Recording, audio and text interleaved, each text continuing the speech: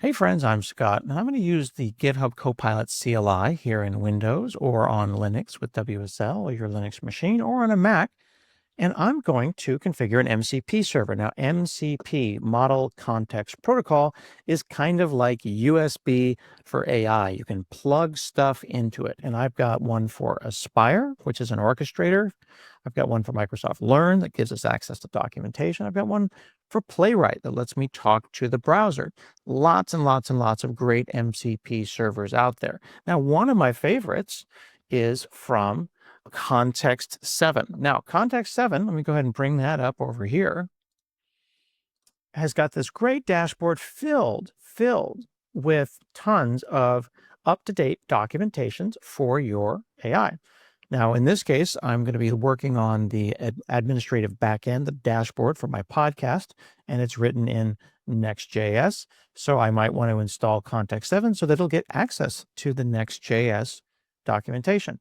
I can log in, I can go to my dashboard, I can grab my API key and read their documentation. But what I'm going to do is just go directly into Copilot. I'm going to hit a / command. I'm going to type MCP, enter.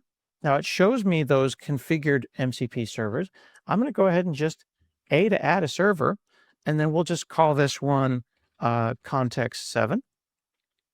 I'll hit then tab, and this is going to be an HTTP server. So I hit 3. Now our remote server URL for Context 7 is in their documentation. I'll just right click to paste it. Now we are going to need our context API key, and that's going to be done as some headers.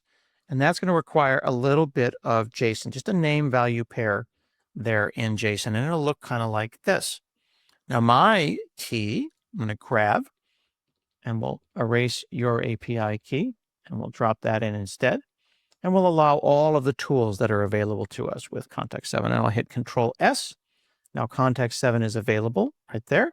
We'll see if that shows up. Boom, there it is.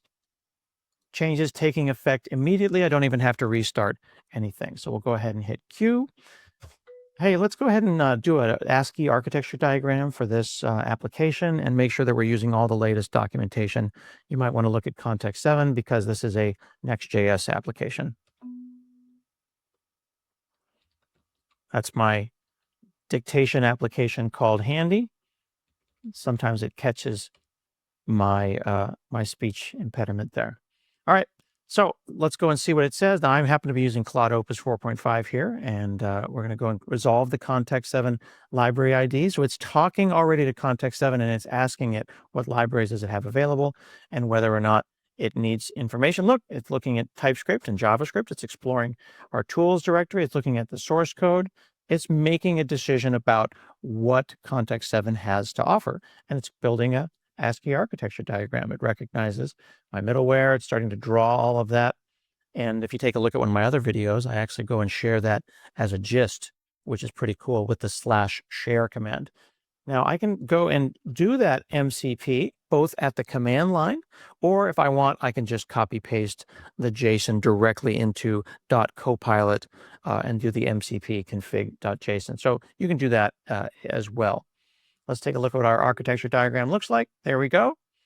Recognizes that it's Next.js 15. Nice data flow diagram. That's hot. Cool. And those are using our MCP servers, which I can add, remove. Some are local, some are not, some are remote.